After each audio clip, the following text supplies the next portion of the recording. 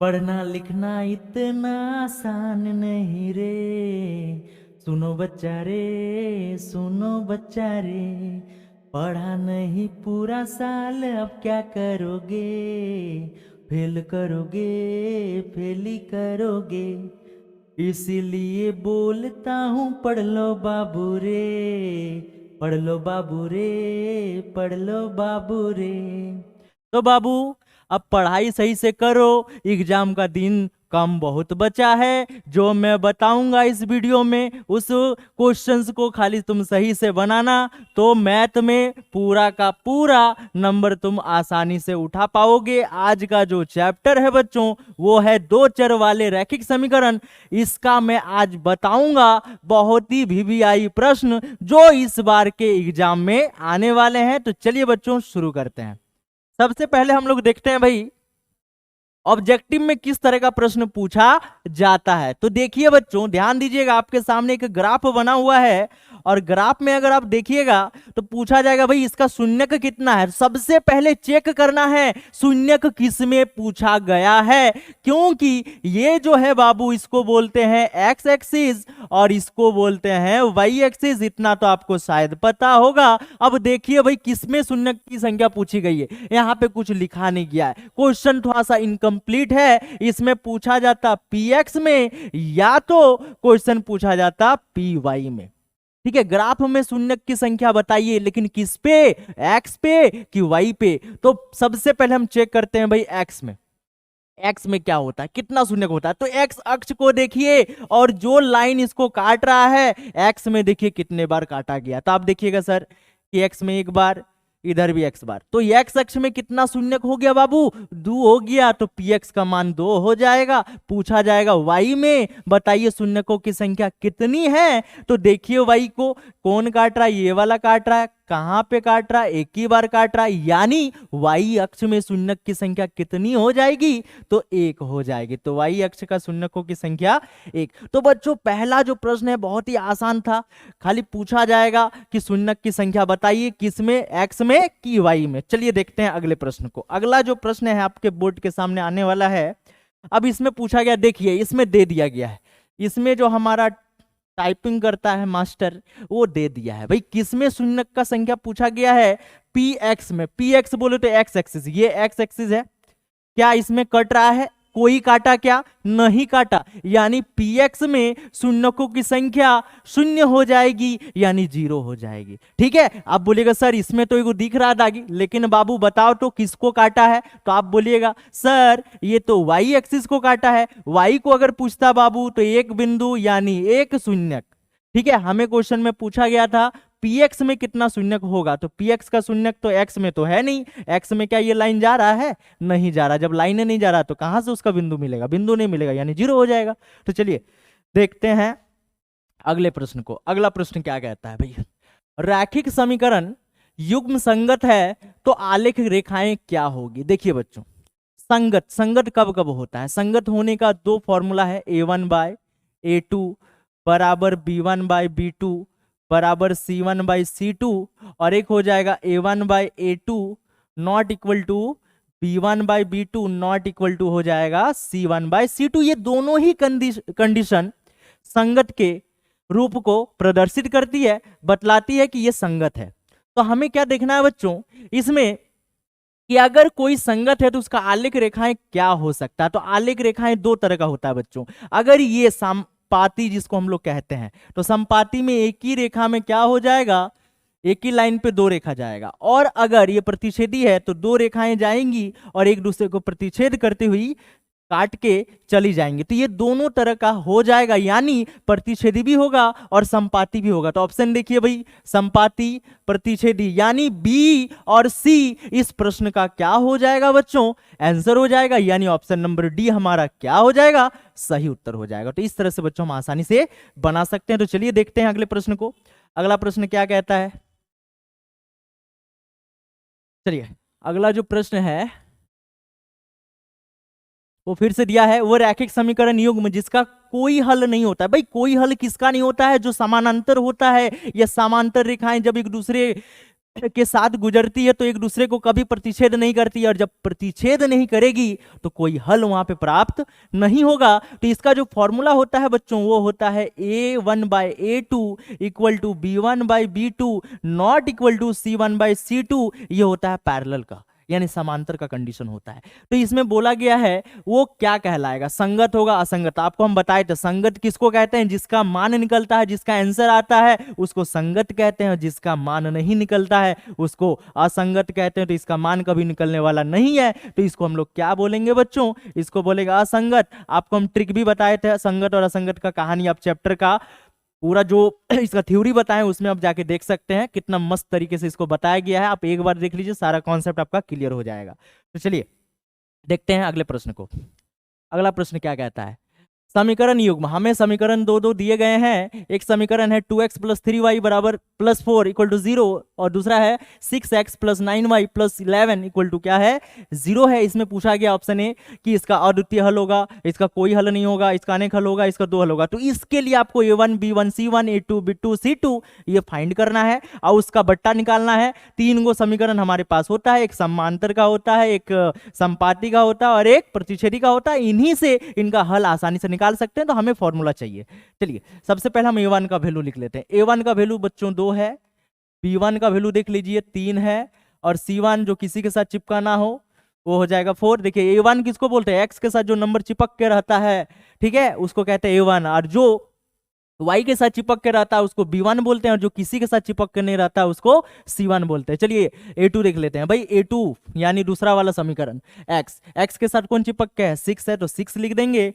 और B2 के साथ कौन चिपक के है, 9, तो 9 लिख देंगे। और C2 के साथ चिपक के कोई नहीं चिपक के है, मतलब वो हो जाएगा 11 हो जाएगा। चलिए अब हमें पूछा गया है बच्चों,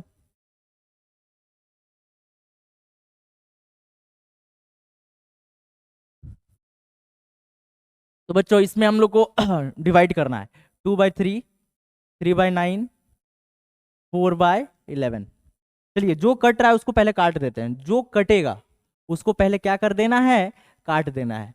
तो ये कटेगा भाई, नहीं कटेगा, ये कट जाएगा 1 और ये 3। चलिए जब तक कटेगा तब तक काटना है, क्योंकि हमें यहाँ पे फॉर्मूला बनाना है। अब देखिए क्या तीनों मिल रहा है, क्या नहीं मिल रहा, नहीं मिल रहा, तो भाई कोई इक्वल नहीं है। कौन सा फॉर्म धारण कर लिया, ये धारण कर लिया A1/A2 not equal to B1/B2 not equal to C1/C2।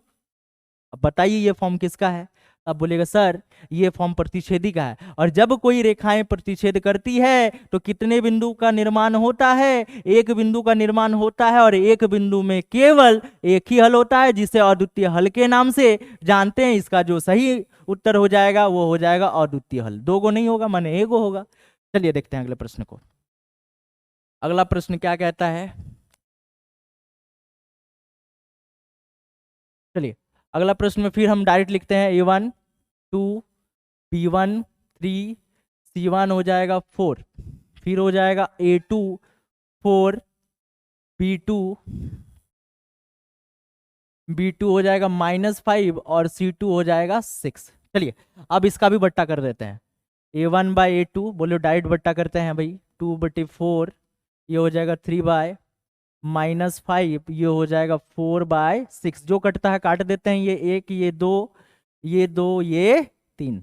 चलिए 1/2 ये -3/5 हो जाएगा, ये हो जाएगा 2/3। क्या ये मिल रहा है, नहीं मिल रहा है, यानी ये भी नहीं है, ये भी इसके बराबर नहीं है। तो कौन सा रूप फिर से धारण कर लिया बच्चों, A1/A2 not equal to B1/B2 not equal to क्या हो गया, C1/C2। अब आप देखिए ये कौन सा रूप है, तो देखिए अद्वितीय हल फिर से हो जाएगा, क्योंकि प्रतिच्छेदी का रूप है। प्रतिच्छेदी यानी काट के जाएगा, कितने बिंदु का निर्माण होगा, एक बिंदु का निर्माण होगा, इसीलिए इसका हल जो होगा वो अद्वितीय हल हो जाएगा। तो चलिए बढ़ते हैं अगले प्रश्न की ओर। अगला जो प्रश्न है बच्चों वो है, रैखिक समीकरण युग्म के आलेख की रेखाएं प्रतिच्छेदी है तो समीकरण का युग्म क्या होगा। देखिए प्रतिच्छेदी है, प्रतिच्छेद अगर करती है बच्चों, देखिए प्रतिच्छेद अगर करती है तो कितने बिंदु का निर्माण होता है? एक ही बिंदु का निर्माण होता है, और एक बिंदु का निर्माण होगा तो एक ही हल होगा, जिसे हम अद्वितीय हल कहते हैं। यानी इसका जो सही उत्तर हो जाएगा वो हो जाएगा ऑप्शन नंबर बी। तो चलिए देखते हैं अगले प्रश्न को। अगले प्रश्न को देखते हैं, जिसमें दो चर वाले रैखिक समीकरण ax plus B Y plus C equal to 0 दिया गया है। पूछा जा रहा है इसका कितना हल होगा, कितना हल होगा। देखिए, एक जब समीकरण होता है 2x plus 3y equal to 4 या कुछ भी ले सकते हैं, तो इस तरह का जब एक ही इक्वेशन दिया हो और उसमें दो चर दिया रहता है, तब उसका जो सॉल्यूशन है, उसका जो हल है, वो अनंत मिलता है। क्यों मिलता है? देखिए, x का मान आप कितना रखिएगा। x का मान 1 हो सकता है, 2 हो सकता है, बट्टा हो सकता है, माइनस हो सकता है, पॉइंट में हो सकता है। तो जितना आप x का वैल्यू डालिएगा उतना आपको y का मिलेगा, और जितना आप y का डालिएगा उतना x का मिलेगा। तो आपके पास x में डालने के लिए नंबर कितना है? तो बोलेगा सर अनंत नंबर है, इसीलिए इसका जो सॉल्यूशन है वो क्या हो जाएगा बच्चों? अनंत हो जाएगा। एक समीकरण के लिए आंसर हमेशा अनंत होगा, लेकिन दो समीकरण जब रहता है तो कंडीशन अप्लाई होता है। 3 कंडीशन, या तो आंसर निकलेगा, या तो आंसर नहीं निकलेगा, या तो आंसर बहुत ज्यादा निकलेगा। तो 3 कंडीशन होता है, जैसे अभी बताएं, अनंत हल वाला, केवल एक हल वाला, और एक बोले कोई हल नहीं वाला। समांतर के लिए कोई हल नहीं, प्रतिच्छेदी के लिए केवल एक हल, और संपाती के लिए अनंत हल। संपाती में क्या होता है? एक ही होता है ना, एक ही रेखा होता है। तो चलिए देखते हैं अगले प्रश्न को। अगला प्रश्न क्या कहता है, ठीक है, ध्यान दीजिएगा। अगला प्रश्न है, समीकरण युग्म 2x minus 3y equal to 0 तथा 3x plus 4y plus 20 equal to 0 द्वारा निरूपित सरल रेखाएं क्या हो सकती है? तो हमारे पास संपाती, प्रतिच्छेदी, समांतर, लंबवत जो दिया गया है, तो सबसे पहले चेक करना है formula a1 by a2 equal to b1 by b2 equal to c1 by c2। उस फॉर्मूला में बैठा देंगे, जिसका मान होगा लिख देना है। तो चलिए देखते हैं। सबसे पहले हम लिखते हैं a1। सबसे पहले अपन लिखेंगे a1 का वैल्यू है 2, b1 का वैल्यू है -3, और c1 तो दिखाई नहीं दे रहा है, यानी वो मामू घर गया है, उसका मान हो जाएगा 0।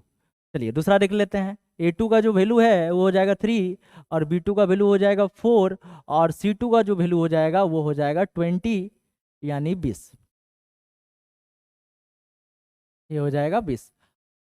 चलिए फॉर्मूला देखते हैं भाई। 2/3 इक्वल टू -3/4 और इक्वल टू 0/20। अब ध्यान से देखिएगा बच्चों, ये 2/3 ही रहेगा, इसको -3/4 ही लिखेंगे, बट ये क्या हो जाएगा? 0 हो जाएगा। और आप ही बताइए क्या ये तीनों सेम है? तो बोलेगा नहीं सर, सेम नहीं है, तो काट देंगे। कौन सा रूप धारण कर लिया फिर से बच्चों? a1/a2 not equal to b1/b2 और नॉट इक्वल टू c1/c2। और ये किसका होता है? प्रतिच्छेदी का होता है, यानी ऑप्शन नंबर बी हमारा क्या हो जाएगा? इसका सही उत्तर हो जाएगा। तो चलिए देखते हैं अगले प्रश्न को। अगला प्रश्न फिर क्या कहता है कि भाई x minus 2y equal to 3 है, 5x प्लस के वाई इक्वल टू 15 है। तो पूछा गया इसका अनगिनत हल होंगे, तो उसके लिए k का मान क्या होगा? तो अनगिनत पूछा गया, यानी अनंत। अनंत का फॉर्मूला क्या होता है? अनंत का होता है a1/a2 बराबर b1/b2 बराबर हो जाएगा c1/c2। तो चलिए देख लेते हैं भाई कौन a1 कौन b1 है। इधर साइड खोपचे में लिख लेते हैं। a1 का जो वैल्यू है वो हो जाएगा 1, b1 का वैल्यू हो जाएगा -2, और c1 का वैल्यू हो जाएगा, ये 3 को इस पर लेके जाइए, जब इस पर लेके जाएंगे तो ये दिखाई देगा x माइनस 2y माइनस 3 बराबर 0, यानी ये c का वैल्यू क्या हो जाएगा बच्चों? -3 हो जाएगा। चलिए दूसरा देख लेते हैं। a2 का हो जाएगा 5, और b2 के साथ कौन है? k, हमें k का वैल्यू पूछा गया है, और c2 का वैल्यू हो जाएगा, इसको भी इधर ले चलिए, तो ये हो जाएगा -15। तो वैल्यू लिख दिए। वैल्यू लिखने के बाद हमें क्या करना है? फॉर्मूला में पुट करना है। तो 1/5 दिखाई देगा, ये -2/k दिखाई देगा, और इधर हो जाएगा -3/15 दिखाई देगा, माइनस माइनस कट जाएगा 3 और ये 5। तो किसी दो को बराबर रखते हैं, इन दोनों को साथ में रखते हैं, या तो इन दोनों को साथ में रखिए, बात बराबर ही है। तो हम क्या करेंगे? क्रॉस मल्टीप्लाई, k से 1 को मल्टीप्लाई करते हैं, k इंटू 1 हो जाएगा, ये -2 इंटू 5 क्रॉस मल्टीप्लाई कर दिए। तो इधर से k और ये 5 दूना 10, यानी k का जो मान है बच्चों वो क्या आया? -10, जो कि ऑप्शन में नहीं दिया है, ऑप्शन में हम देते हैं, ये हो जाएगा हमारा सही उत्तर, क्योंकि 10 एक ही है ना जो भी आएगा। ठीक है, तो चलिए देखते हैं अगले प्रश्न को। अगला प्रश्न है c के किस मान के लिए समीकरण युग्म सी एक्स माइनस वाई बराबर 2 और 6x minus 2y equal to 4 का अनंत हल होगा। अनंत हल, फिर से हमें अनंत का फॉर्मूला बैठाना है। तो चलिए देखते हैं अनंत का फॉर्मूला, इधर खोपचे में लिख देते हैं a1 बाय a2। चलिए वैल्यू सब पहले लिख लेते हैं। a1 का वैल्यू देखिए c होगा, और b1 का जो वैल्यू है वो हो जाएगा -1, क्योंकि सी के वाई के साथ कोई नहीं है, वाई के साथ कोई नहीं है तो उसका कौन है, एक है, एक सभी का है, हमारा भी है आपका भी है। चलिए C1 का वैल्यू 2 को उधर भेजिए तो क्या हो जाएगा, -2 हो जाएगा बच्चों। अब देखिए A2 का वैल्यू हो जाएगा 6, और B2 का वैल्यू हो जाएगा -2, और फिर C2 का भी इधर जब भेजेंगे तो -4। वैल्यू लिख दिए। अनंत का फॉर्मूला पुट करना। अनंत का फॉर्मूला क्या होता है, a1 by a2 equal to b1 by b2 equal to c1 by c2 अनंत का फॉर्मूला है। इसमें पुट कर देते हैं, पुट कर देंगे भाई, ये हो जाएगा c बटे 6 इक्वल टू -1/2 इक्वल टू -2 बटे -4। सबसे पहले काटते हैं, माइनस माइनस काट देते हैं, एक ये 2 हो जाएगा, और इधर से किसी एक को बराबर हम लोग को करना है। ठीक है, तो c का वैल्यू 6 बटे 6 इक्वल टू हो जाएगा -1/2, क्रॉस मल्टीप्लाई करते हैं तो ये हो जाएगा 2c इक्वल टू हो जाएगा -6। c का वैल्यू लिखेंगे तो -6 बटे 2 काट देंगे तो ये हो जाएगा 3, यानी c का वैल्यू हो जाएगा -3। ये हो जाएगा, ऑप्शन में दिया है -3। चलिए ऑप्शन में -3 दिया हुआ है। और अगर हम देखें बच्चों, इसमें कुछ मिसप्रिंट जरूर हुआ होगा क्वेश्चन में। ठीक है, मिस क्या होगा, ये जो 2 है ना, 2 में -2 दिया हुआ है तो ये हो जाएगा +2। ठीक है, ये हो जाएगा +2, तब इसका जो आंसर है वो हमारा क्या होगा, सही आएगा। यानी इसका जो आंसर होगा वो हो जाएगा c इक्वल टू -3 हो जाएगा। चलिए देखते हैं। और अगर मान लेते हैं इस कंडीशन को नहीं लिखते हैं, -2 अगर नहीं लेते हैं, तो आप देखिएगा कि जब ये कंडीशन लेते हैं तो हमें -3 प्राप्त होता है, लेकिन जब हम c बटे 6 इक्वल टू 1/2 लेंगे तो जब इसको काटते हैं 3, तब c का वैल्यू क्या हो जाएगा, 3। तब दोनों तो आंसर आ रहा है, c बराबर 3 भी आ रहा है और c बराबर -3, तो भाई ना a होगा ना b होगा। तब उस कंडीशन में हम क्या लेंगे, आंसर डी लेंगे। तो इस तरह से भी हम क्वेश्चन को सॉल्व कर सकते हैं जब दो आंसर आता हो और ऑप्शन में ना हो दोनों आंसर। ठीक है, a और b करके ऐसा करके, तो हम क्या करना है, इनमें से कोई नहीं मार देना है। ठीक है, चलिए अगले प्रश्न को देखते हैं। यदि x का मान 1, y का मान 2 हो तो इस समीकरण निकाय का मान हमें पूछा गया है, इसका मान क्या होगा। तो चलिए देखते हैं भाई, a का मान पूछा गया है। ठीक है, a का मान क्या है, तो x और y का तो दे चुका है। तो चलिए 3x, x के जगह पे हम लोग क्या पुट कर देंगे बाबू, 3x के जगह पे 1 प्लस a और y के जगह पे 2 और बराबर 1 हो जाएगा। तो ये हो जाएगा 2a बराबर 1, और -3 को इधर भेज देंगे तो ये -2 और इधर हो जाएगा 2a, 2 और 2 कैंसिल, तो a का वैल्यू हो जाएगा बच्चों -1, और हमें यही पूछा गया था भाई a का मान क्या होगा। तो a का मान हो गया -1। तो चलिए देखते हैं अगले प्रश्न को। ये सारे प्रश्न के रूप में ही इस बार मैट्रिक में प्रश्न पूछे जाएंगे। तो बच्चों जो भी क्वेश्चन हम बता रहे हैं उसको आप घर में प्रैक्टिस कीजिए, यही एग्जाम में इस बार आने वाले होंगे। चलिए देखते हैं।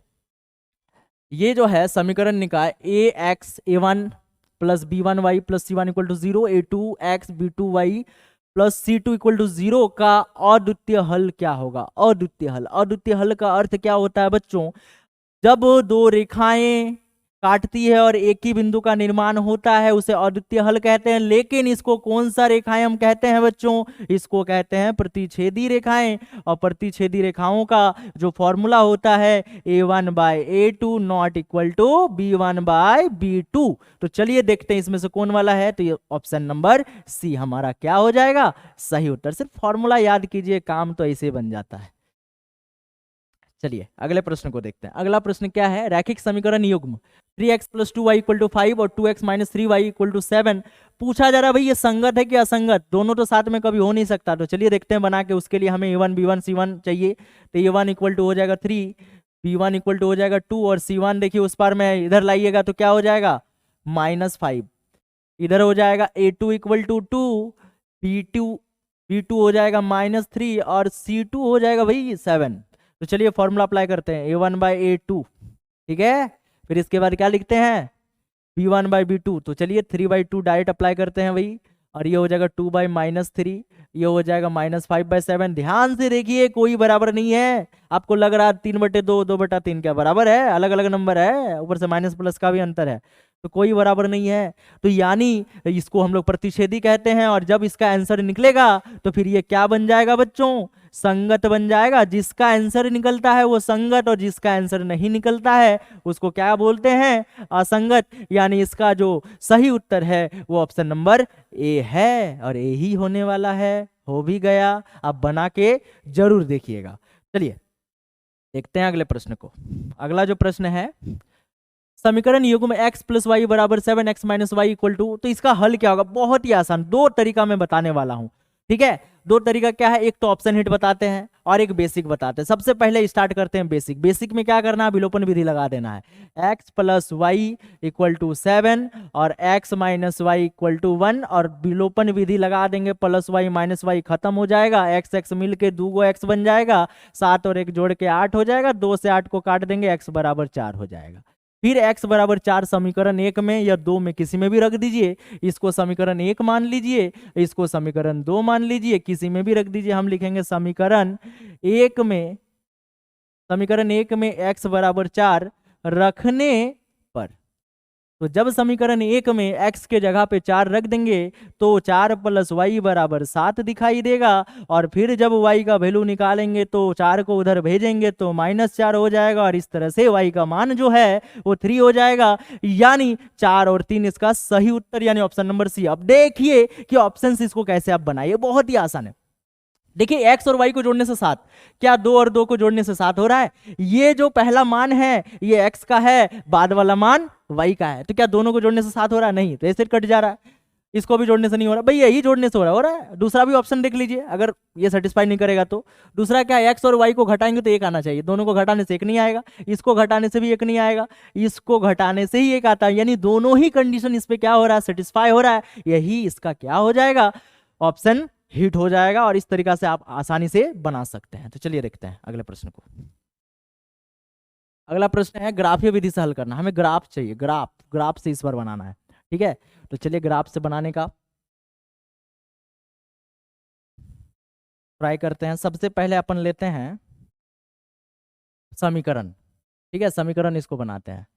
2x + y, 6 को इस पर भेजिए, 6, इसको समीकरण 1 मान लेते हैं, और यहीं पे 4x - 2y = 4, इसको समीकरण 2 मान लीजिए। देखिए ग्राफीय विधि बनाने के लिए आपको करना क्या है बच्चों, सबसे पहले समीकरण 1 का बात करते हैं। तो हम लोग लिखेंगे समीकरण 1 में, समीकरण 1 में x = 0 रखने पर आपको क्या करना है, समीकरण 1 के लिए एक बॉक्स इधर तैयार करके रखना है। बॉक्स चाहिए, बॉक्स मेथड आप कह सकती हैं। ये बॉक्स किसका है, तो ये है 2x + y = 6 का है। इस तरह से बॉक्स आपको बना लेना है। फिर करना क्या है भाई, x के जगह पे 0 भर दीजिए। तो चलिए x के जगह पे 0, तो क्या दिखाई देगा, 2 × 0 + y = 6, यानी y का जो मान होगा बच्चों वो क्या हो जाएगा, 6 हो जाएगा। चलिए y का 6। अब एक बार x 0 किए हैं, एक बार आपको क्या करना है, y 0 करना है। भाई x 0 किए थे, फिर समीकरण 1 में, समीकरण 1 में y = 0 रखने पर, चलिए y की जगह पे 0 रख दिए, तो रखते हैं भाई। 2x तो दिखेगा लेकिन y का मान क्या हो जाएगा, 0 हो जाएगा, और बराबर इधर 6, तो 2x = 6, x का वैल्यू निकाल देंगे बच्चों, ये हो जाएगा 3 हो जाएगा। ठीक है, चलिए बॉक्स कंप्लीट हो गया।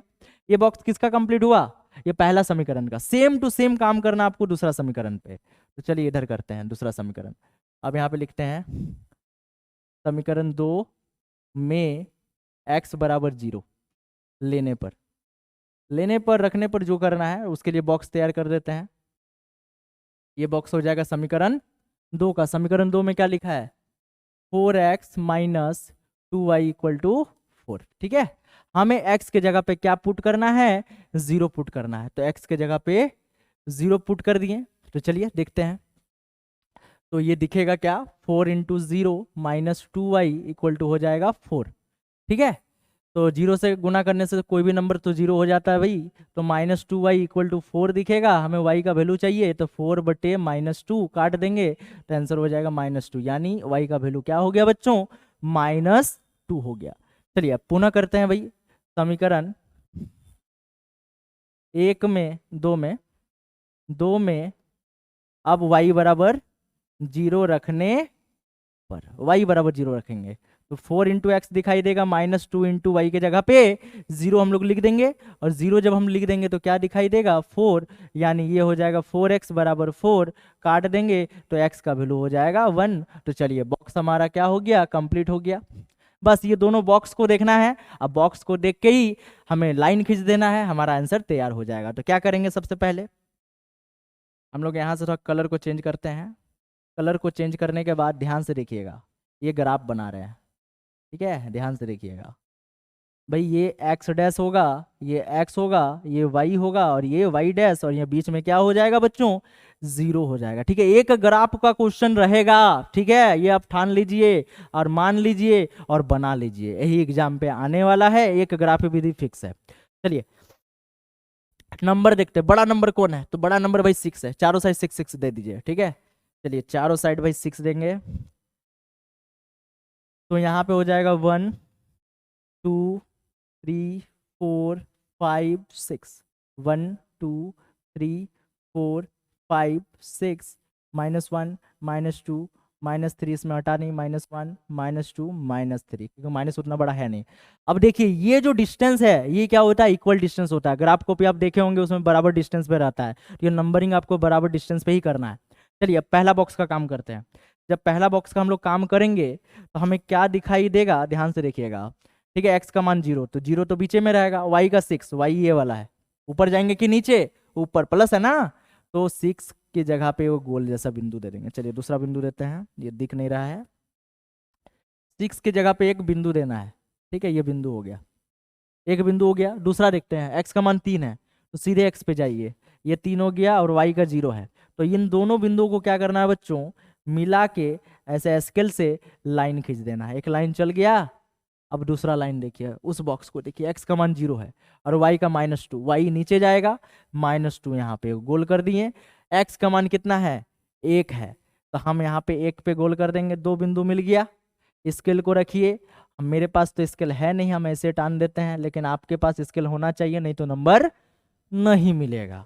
तो इस तरह से जो ग्राफ बना ना, बस यही ग्राफ आपको बना देना, यह बॉक्स बना देना। बॉक्स बनाने के लिए एक बार x में 0, एक बार y में 0, ये काम कर दिए तो पॉकेट में 3 नंबर आपको ऐसे ही मिल जाएगा। चलिए देखते हैं अगले प्रश्न को, अगला भी ग्राफ है, चलिए इसको भी सॉल्व कर देते हैं फटाक से। भाई समीकरण 1 में x = 0, ठीक है, चलिए बॉक्स बनाते हैं x का, ये x ये y, ये 0 रख दिए, तो x में जब 0 रखेंगे लेने पर, चलिए ये भी लिख देते हैं, लेने पर ये समीकरण 1 होगा, ये समीकरण 2 होगा। तो 0 लिखेंगे तो 0 - 2y = 0, यानी y का वैल्यू हो जाएगा बच्चों 0, तो y का हो जाएगा 0। तो ये लेके कोनो फायदा हुआ नहीं, ठीक है, तो यहाँ पे हमें 0 नहीं लेना है, इस बार हमें यहाँ पे कुछ अलग वैल्यू लेना है। दोनों 0 हो जाएगा तो फिर आंसर कैसे निकालिएगा, ठीक है, एक 0 होना चाहिए, दूसरा 0 नहीं होना चाहिए। यहाँ 1 लेते हैं, इस बार जो बॉक्स बनेगा उसमें हमें लिखना है x, और इस बार हम x के जगह पे 1 ले रहे हैं, ये हो जाएगा भाई किसका, चलिए x - 2y का। तो इस बार जो हम लोग लिखेंगे x के जगह पे 1 - 2y = 0, तो ये -2y = हो जाएगा 1, -1 हो जाएगा, 1 को उधर भेजेंगे तो क्या हो जाएगा -1, तो y = हो जाएगा -1/-2, माइनस माइनस काट देंगे, आंसर आ गया 1/2। 1/2 को पॉइंट में लिख दीजिए, ये हो जाएगा 0.5, यानी 0.5, 0.5। चलिए अब समीकरण 2 का बात करते हैं। समीकरण 2 का बात करते हैं, तो समीकरण 2 में, सॉरी समीकरण 1 में ही लेना है। समीकरण 1 में y बराबर क्या लेना है, 1 ले लेते हैं, y का भी 1 ले लेते हैं। लेने पर तो x तो दिखेगा, माइनस y के जगह पे 1 दिखेगा, और बराबर हो गया 0, तो x का मान आ गया बच्चों 2। तो चलिए कितना लिए भाई, यहाँ पे y के जगह पे 1 और इसका आ गया 2, ऐसे भी ले सकते हैं आप, ठीक है। अब दूसरा लेते हैं, अब समीकरण 2 में समीकरण 2 में सेम काम कर देते हैं, इसमें हम लोग को करने की जरूरत नहीं है, इसमें 0 ले सकते हैं क्योंकि इसमें 0 नहीं होगा। समीकरण 2 में x बराबर 0 लेने पर, चलिए 2 का काम करते हैं भाई। 3 इंटू क्या हो जाएगा, x के जगह पे 0 plus 4 into Y equal to हो जाएगा 20। ये तो 0 खत्म हो जाएगा, 4y इक्वल टू हो जाएगा 20 और 4 से काट देंगे 20 को तो 5 बार में, तो y का मान क्या हो जाएगा बच्चों, 5 हो जाएगा। ठीक है, इसका बॉक्स बना देते हैं। ठीक है, चलिए इधर से बनाते हैं।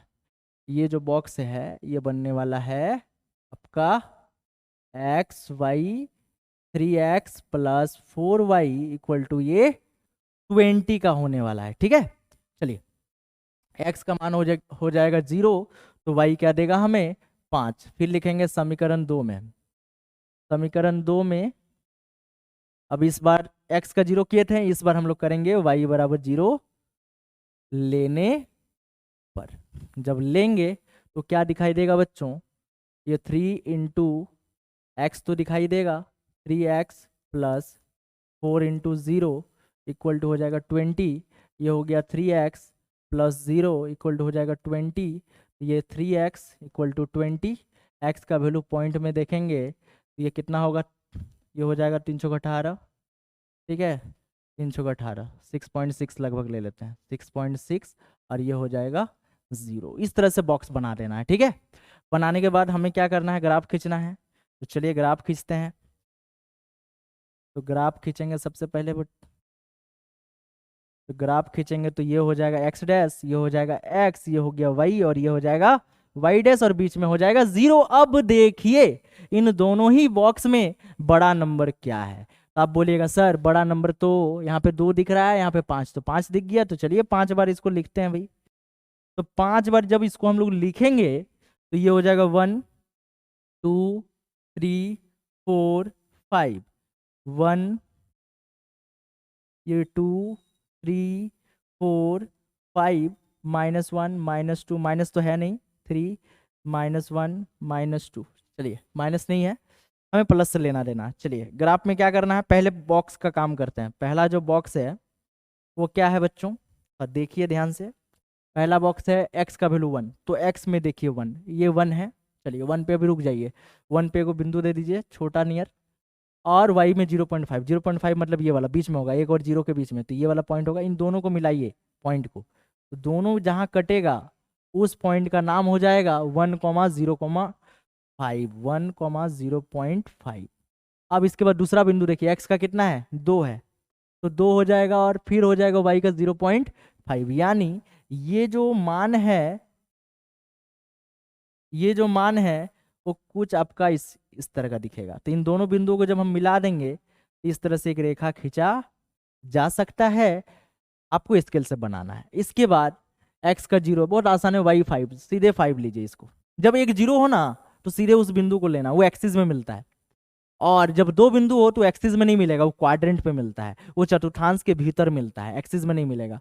ये 6.6 है x का, तो 6.6 यहाँ पे 6 दे देते हैं, तो लगभग यहाँ पे थोड़ा सा आगे जाएगा, ये x हो जाएगा, यहाँ पे 6, लगभग ये 6.6 यहाँ पे होगा। तो इसका बिंदु जाएगा 5 के साथ, डॉट डॉट डॉट, ये डॉट डॉट डॉट, जहाँ कटेगा दोनों इस बिंदु को इस बिंदु से मिला देना है। तो दोनों जो रेखाएं गई इसी को हम लोग इसका ग्राफीय हल कहेंगे बच्चों। ठीक है, तो आपको बताना है। ठीक है, वीडियो कैसा लग रहा है, वीडियो अच्छा लग रहा है तो वीडियो को लाइक कर दीजिएगा।